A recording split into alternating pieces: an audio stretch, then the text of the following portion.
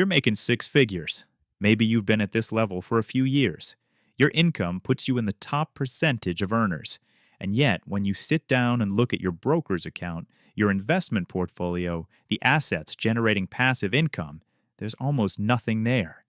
You're not broke. You're paying bills. Your credit score is great. But the actual wealth, the investments that could replace your income, they're basically non existent. You're doing everything you're supposed to do. You worked hard, climbed the ladder, increased your income. So why does it feel like you're just running faster on the same treadmill?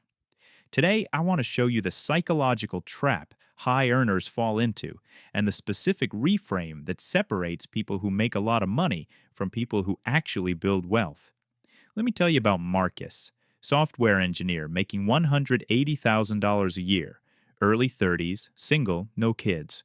On paper, he should be building serious wealth, but his investment accounts have maybe $15,000 total after 5 years of earning six figures. Here's what happened. When his salary jumped from $65,000 to $110,000, he upgraded his apartment, bought a nicer car, started eating out more, expanded his vacation budget, improved his wardrobe, multiplied his subscriptions. None felt wrong individually, each was logical and within budget, but collectively they consumed every dollar of his income increase.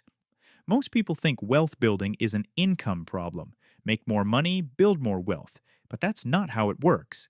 There's an invisible force that follows income growth, lifestyle inflation. We adapt incredibly quickly. You get a raise, and within 3 months, your new income feels normal. Your new spending feels necessary. Making $180,000 feels exactly as tight as making $65,000 used to feel. The mistake isn't spending on nice things. The mistake is believing higher income automatically equals wealth building. It doesn't. You can make $200,000 and have zero investable wealth. You can make $70,000 and be building a substantial portfolio.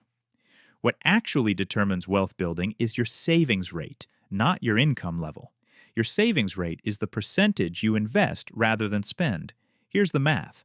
Someone making $80,000 who invests 25% is building more wealth than someone making $180,000 who invests 5%. Person A makes $80,000, they invest 25%. That's $20,000 per year into index funds, retirement accounts, dividend-paying stocks. After 10 years at 8% average annual return, they have roughly $290,000 invested. Their portfolio generates passive income, real wealth.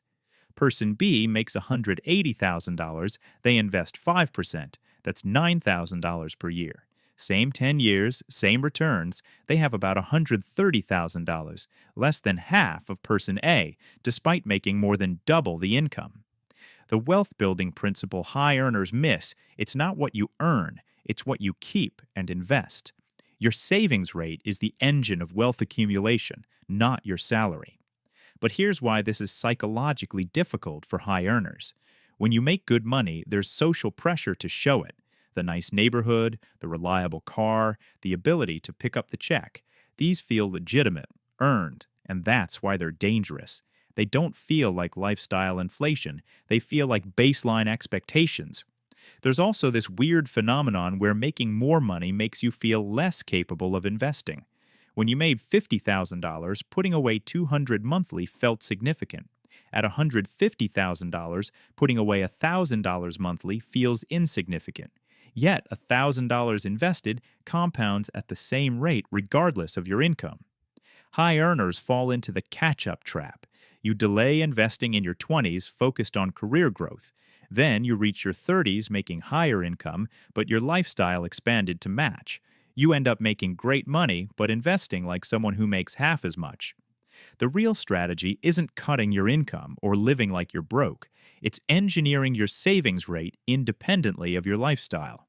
When you get a raise, decide before the money hits your account. $20,000 raise, set up automatic transfer routing 60 to 70% directly into investment accounts. Extra $1,000 monthly after taxes, $600 to $700 goes to your Roth IRA, taxable brokerage, index funds. The remaining $300 to $400 improves your lifestyle. You enjoy the raise, but you're not letting lifestyle inflation consume the entire increase.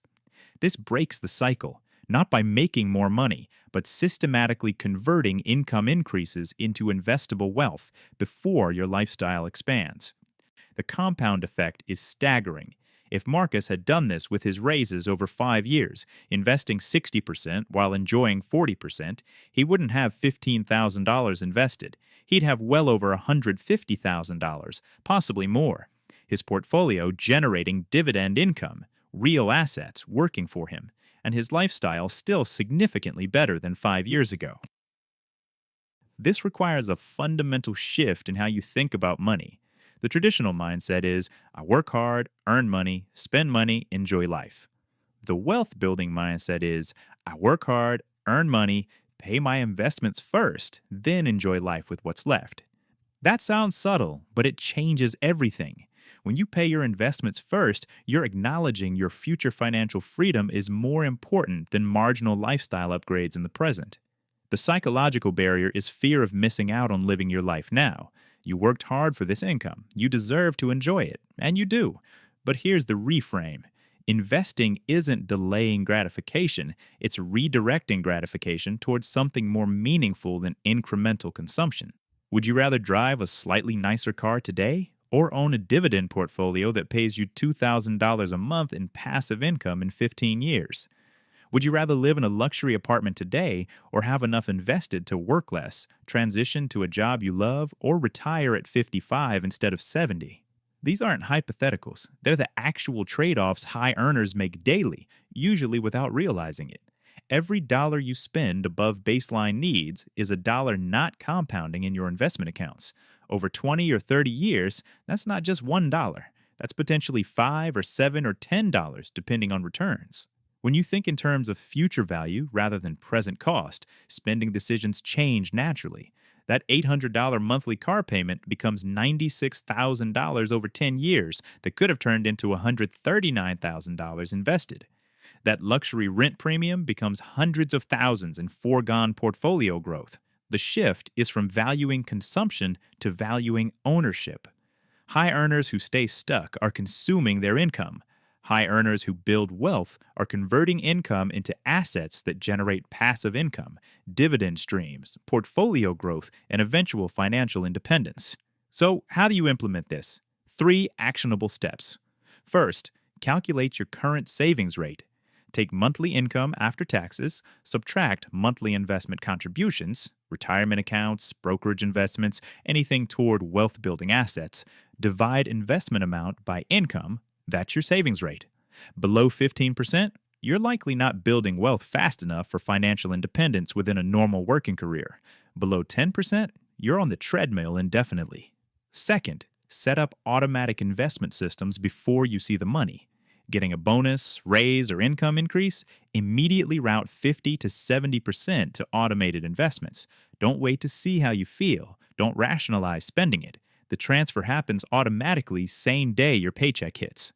Max out your 401k or IRA first for tax advantages, then overflow into taxable brokerage and broad index funds.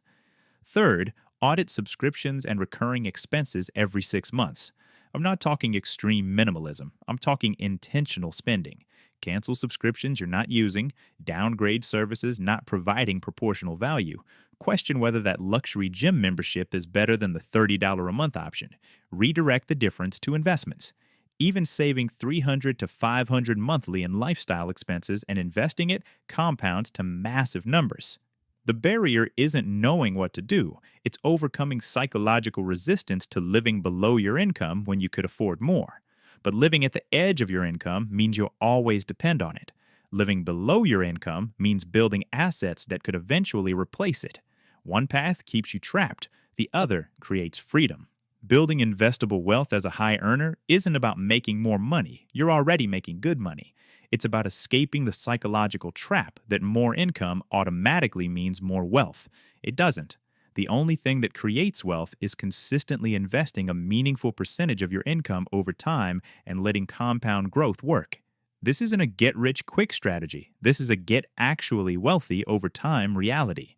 If you're making 100,000 or 150,000 or 200,000 and not seeing real portfolio growth, the problem isn't your income, it's your savings rate. Fix the savings rate and wealth building becomes automatic.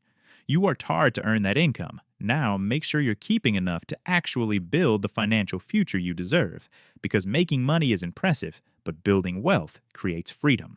If this changed how you think about income versus wealth, let me know in the comments. And if you found this helpful, I'd appreciate it if you subscribed so you don't miss future videos.